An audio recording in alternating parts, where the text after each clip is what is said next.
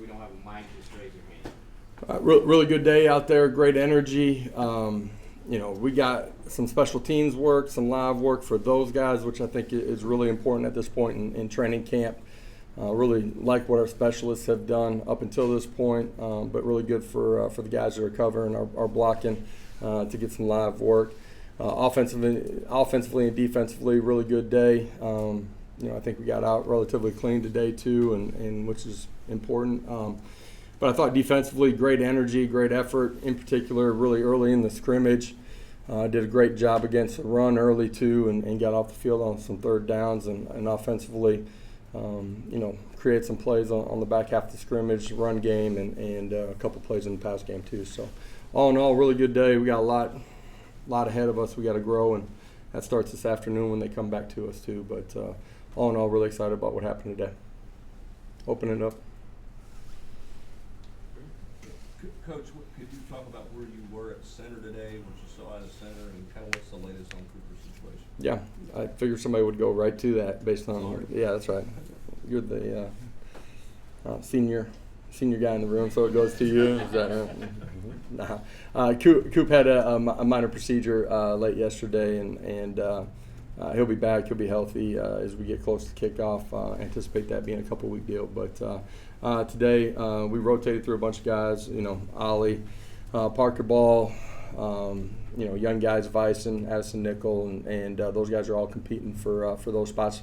All of those guys have taken some reps, even when Coop was here too, as we continue to look for that backup center spot. Brent and Ryan. Austin and Ryan. That's kind of Joe today, just kind of from an operations standpoint. And then how did Ollie do from an operations standpoint at center, just because he's kind of getting shoveled in there now, having played a lot of guard, not much center? Yeah, Ollie really smart, played a lot of football, has played multiple positions, has repped at the 3 interior spots since the time that we've gotten here. He's been really good. The communication, the mechanics, us being able to play with tempo the way that we want to when it presents itself. It's been really easy for him to transition inside. Joe, I thought operationally was really good. There's some situational stuff that we can be better, coming out situation. We did some 4-minute things at the end as well. So it's a great opportunity. Coaches are completely off the sidelines. Coaches are up in the box. Guys got to learn how to operate in between the white lines. So there's growth in that way for Joe. All in all, really pleased with his decision making. What he did with the football all day long, his command. Josh, I'm assuming we didn't see a lot of Wesley Walker and Mary McDonald today.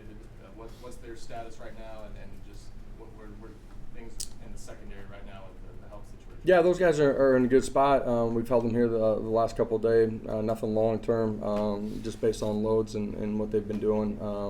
Wanted to protect them today. Those guys will be with us here as we move forward. Those guys have played really well in the secondary, and anticipate them playing at a really high level as we keep pushing forward. Rob and Brent. Coach, receiver, did anybody stand out, and how close are you to, I guess, maybe narrow it down to what your rotation might look like? Yeah, I think the rotation piece is going to be a little bit fluid with all of those guys. Some of our young guys continue to grow and make some real strides too. Chaz Nimrod, Caleb Webb. The 4 older guys continue to push and compete. I like what they've been doing. They've operated really efficiently in what we're doing offensively and within the scheme of what we're doing. I think they're playing with great fundamentals and techniques. So all in all, like what they're doing. The back half of training camp, we're essentially at the halfway point as far as pure training camp before we get into school. Back half of it will be really important too. Coach, is Dante a slot for bouncing around, or do you know? Dante's got the ability to play both, and I think, for us this year we probably have a little bit more mobility, guys that can do multiple things within the offense than probably how we've played them the first couple of years that I've been here. You mentioned the defensive front, and you mentioned how well they played against the run early. How deep are you there, and how encouraged are you where that defensive front is? The run game part of it, the defensive line, right, interior and guys on the edge. But I thought our backers did a great job fitting gaps, and our safeties were involved in it too. And for a first scrimmage, I thought there was a positive sign of just our tackling in space. So I thought that was a real positive. Defensively as a whole, you guys have heard me say it before, when we got here, a lot of the kids that had left the program, not all of them, but a lot of them were on the defensive side of the football. And we've been thin the first couple of years. We added some depth last year that helped us take a step, in particular in the run defense. Feel like we are continuing to add some real depth and competition. And that leads itself to real competition on practice. Who's going to be the first one running out? How many snaps each guy's going to play? But the competition on the practice field and the meeting room is a coach's best friend, and we have that. That's in the interior. It's out on the edges too. The athleticism, the ability to rush the passer, not just defend the run, is also showing up here in training camp too. I like some of the strides that we've taken. Adam and Ben. When you talked about Joe and how he handles different situations, are you wanting him to process the offense more? What specifically do you want? Processing the offense, he's operating and handling at a really high level right now. Decision making, understanding protections, how to get himself protected or throw hot. His eyes as far as what he's seeing from the second level pre-snap and on the snap, he's been really good at that part of it. Situational football for the quarterback, continuing to grow just in understanding 4-minute situation, which we did from a backed up situation today, clock management, all of those things are just a continued part of all of those guys' growth, from Joe all the way to Gaston Moore and everybody that's in the room. Josh, with the offensive line and trying to figure things out right now going up against that defensive front, I imagine they're taking their lumps here and there, but in the long run, how much is that going to help them as you all get into the season? Well, I think, having to move some pieces around a little bit, guys working, at guard, at center, it's tough because you're in multiple situations. It's not like you're just going into a day. Depending on the period, we kind of cycle through, so they get a little bit of that throughout the course of every single practice. You want practice to be more difficult than it is on game day. And so as we try to put the pieces together and how guys are going to play, in the long run, it's going to make us a lot stronger unit. And there's times you're really fortunate at every position or on the O-line and D-line where, you stay healthy for most of the season.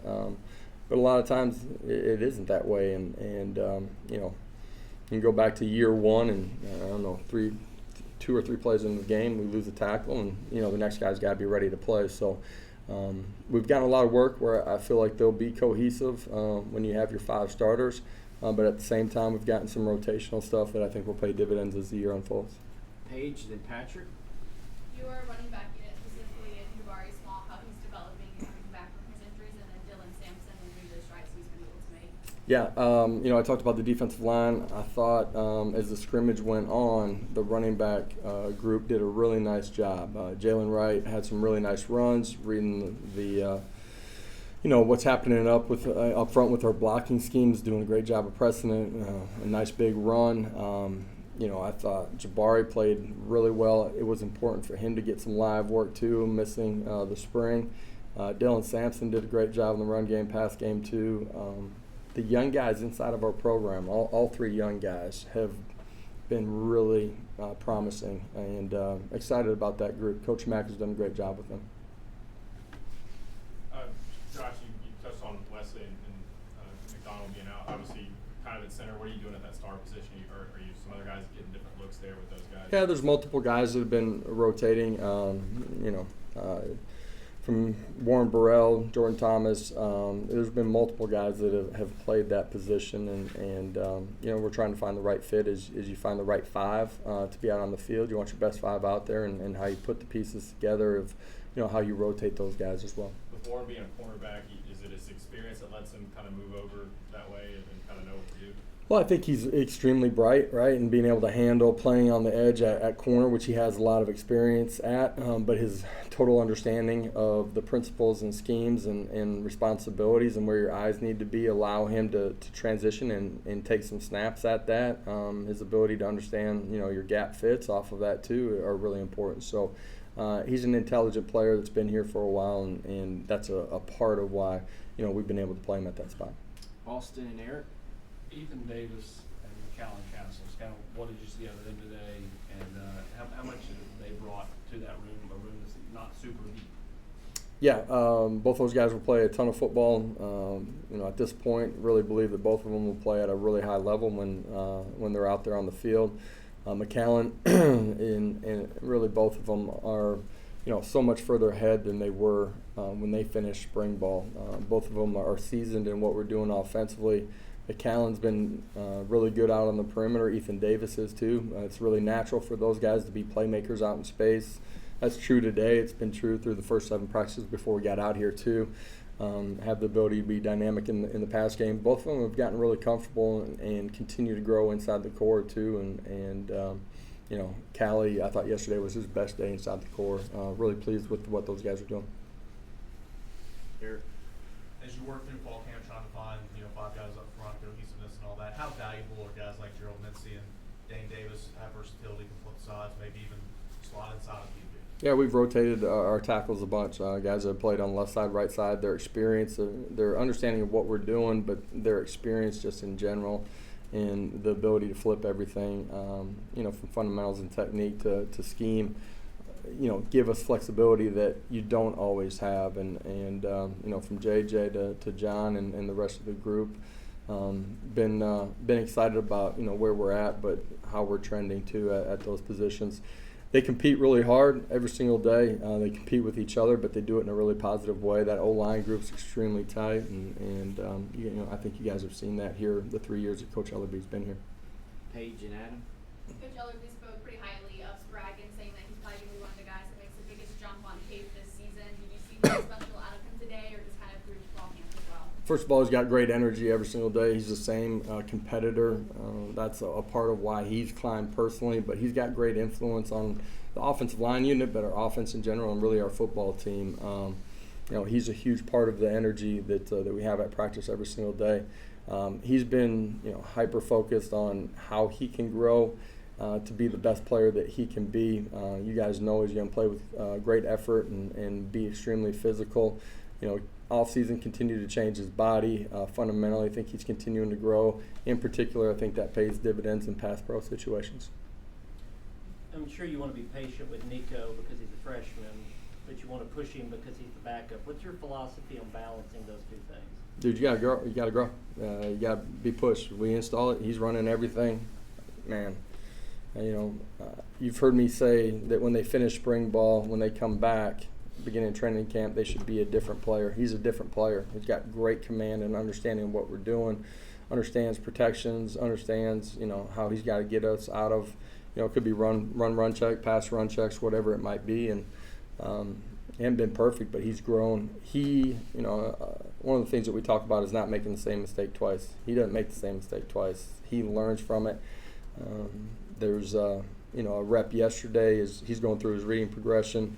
Tight window on the inside, throws the ball. While he's standing in the pocket, you can see him visually like, hey, man, I should have got out to the next one outside. He's intentional and has great work habits. Anything else for Coach? All right. Thank you. Guys, have a great afternoon.